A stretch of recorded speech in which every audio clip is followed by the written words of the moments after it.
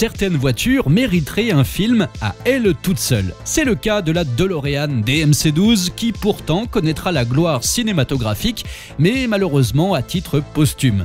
Si Retour vers le futur avait été produit 5 ans plus tôt, le destin de la DeLorean aurait pu être tout autre.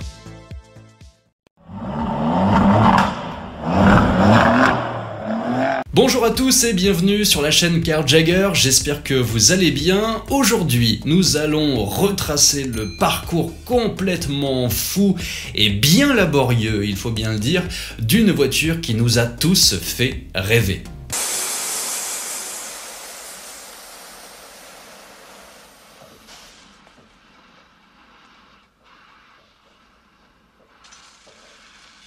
Car il faut bien le reconnaître, si nous connaissons si bien cette voiture, c'est grâce au docteur Emmett Brown et aux aventures du jeune Marty McFly au volant de cette DMC-12 équipée d'un convecteur temporel capable de la faire voyager dans le temps. Et comme le dit le doc, quitte à voyager dans le temps, autant voir grand.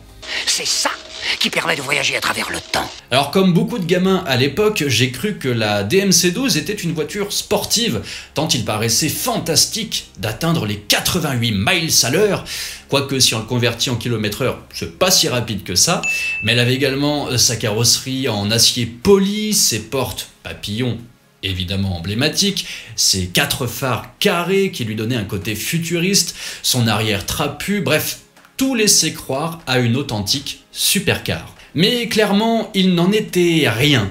Mais alors, rien du tout. Merde. Vous voyez, si c'était un volcan, la DeLorean, ça serait un volcan d'Auvergne. Pourtant, le départ s'annonçait sympa. En effet, on avait une carrosserie qui était signée Giugiaro, quand même. On avait même un châssis Lotus développé par Colin Chapman lui-même, s'il vous plaît. Alors le problème venait du moteur. En effet, au début, Citroën devait fournir un moteur rotatif sportif. Merde. Bref, ce moteur rotatif sportif consommait beaucoup trop pour l'époque. Donc, DeLorean s'est tourné vers le bon vieux PRV, 2 litres 9, 130 chevaux, et oui, encore le fameux PRV.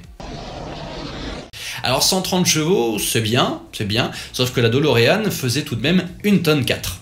Et oui, la DeLorean était bien équipée d'un moteur français. Je reviens juste un instant sur le moteur PRV, pour ceux qui ne le savent pas, le PRV est un moteur français. Oui, on trouvait un moteur français dans la DeLorean. Oui, franco-suédois.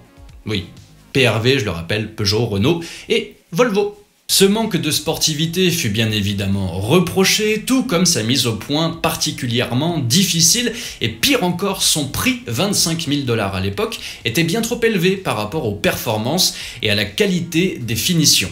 Tout cela n'aidera en rien notre pauvre petite DMC-12 qui ne sera produite qu'un an seulement, entre 81 et 82, à 8500 exemplaires officiellement, car en réalité, ça serait environ 6500. On se retrouve donc avec des performances d'une Fuego Turbo, ce qui n'est pas si mal en soi. C'est quoi cette caisse pourrie? Cette caisse pourrie, comme vous dites, c'est une voiture de collection de prestige. Et ça s'appelle comment ça? Une Fuego. Sauf que ça contraste un petit peu avec l'architecture et la carrosserie de la voiture qui évoque tout de suite une autre noblesse de mécanique. Mais la quête de performance, ce n'est définitivement pas son sujet du tout. Cette voiture est autant à sa place sur le Nürburgring qu'un furoncle sur le front de Léa Seydoux.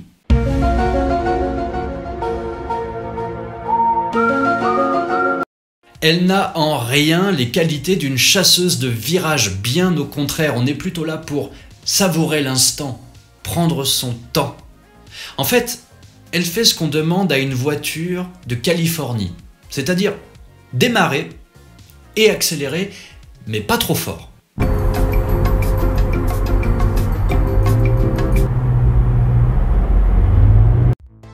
Avec ses portes papillons aussi utiles et légitimes que sur une 205 GTI tombée entre les mains d'un amateur de tuning complètement dégénéré,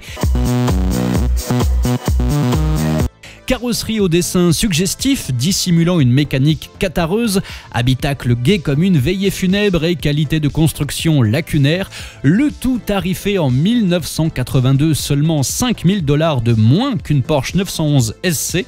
Quand on fait le tour des caractéristiques de l'objet avec le regard clinique d'un médecin légiste, le descriptif prend vite des allures de réquisitoire et amènera tout esprit cartésien à s'interroger sur les raisons pour lesquelles un collectionneur pourrait bien s'enticher aujourd'hui d'une bagnole aussi mal fagotée.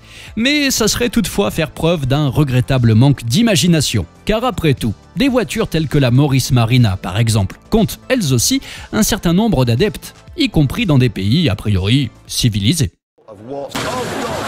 Bon, parlons quand même du géniteur de tout ça, John Zachary DeLorean. La DeLorean Motor Company a donc été créée en 1975 par John Zachary DeLorean, ex-cadre supérieur de la General Motors, promis au poste de président tout de même. Sauf qu'à la surprise générale... Coucou! Au revoir, président! Qu'est-ce que c'est que ce truc, Corinne? C'est Pierre. Au revoir, président! Il démissionne en 1973 pour se consacrer à son projet, créer une voiture de sport américaine. Enfin, américaine, pas vraiment, car pour bénéficier de pas mal d'aides et de subventions, l'usine de la DeLorean Motor Company fut implantée en Irlande du Nord. Sauf que le manque d'argent malheureusement se fait rapidement sentir et bientôt la faillite pointe le bout de son nez. Et pire encore, John DeLorean, pour tenter en vain de sauver sa marque, tentera le tout pour le tout et il se retrouvera même embarqué dans une sombre histoire de blanchiment d'argent sale, de trafic de drogue et en fait, c'était un piège tendu par le FBI. Nom de Zeus. Finalement, l'aventure s'arrête le 24 décembre 1982 pour être précis. Autant dire que notre cher John n'a pas dû passer un très bon Noël. Il y a aussi les boules. À Noël?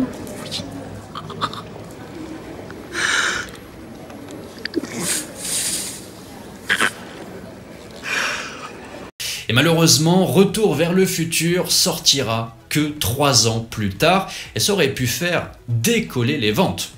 Vous dites que vous avez fabriqué une machine à voyager dans le temps à partir d'une DeLorean? Faut voir grand dans la vie. Quitte à voyager à travers le temps au volant d'une voiture, autant choisir une qui ait de la gueule.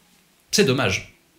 Enfin, pour finir, notre cher monsieur DeLorean, conscient que tout partait en cacahuète, a tenté de faire tout et n'importe quoi pour sauver son entreprise, mais alors littéralement tout et n'importe quoi, car vous l'ignorez peut-être, mais ils ont fait des chasse-neige, des autobus, il y a même eu un concept DMC 24 qui était une espèce de DMC 12 avec 4 ou 5 places, il y avait même également un projet de 4x4 militaire un peu obscur, un DMC 44 qui était supposé attirer l'attention des investisseurs qui ne sont jamais venus. We plan on making 2 versions, one for off-road alone, the other for road travel as well. Donc autant vous dire que rien, mais alors rien de rien n'a marché comme prévu. Excepté les chasse-neige, curieusement, qui ont existé a priori jusqu'en 93, mais vous pouvez retrouver tous les détails sur cette histoire de chasse-neige et d'autobus sur notre site Karl Jaeger. Vous avez le lien vers l'article directement dans la description. Enfin, il fallait quand même un cran très au-dessus de la moyenne, une détermination sans faille, de l'audace, de l'enthousiasme pour lancer un tel projet, surtout à un moment pareil. Alors évidemment, les mauvaises langues diront que John Zachary DeLorean était complètement taré, mais ce n'est pas du tout ce que nous pensons.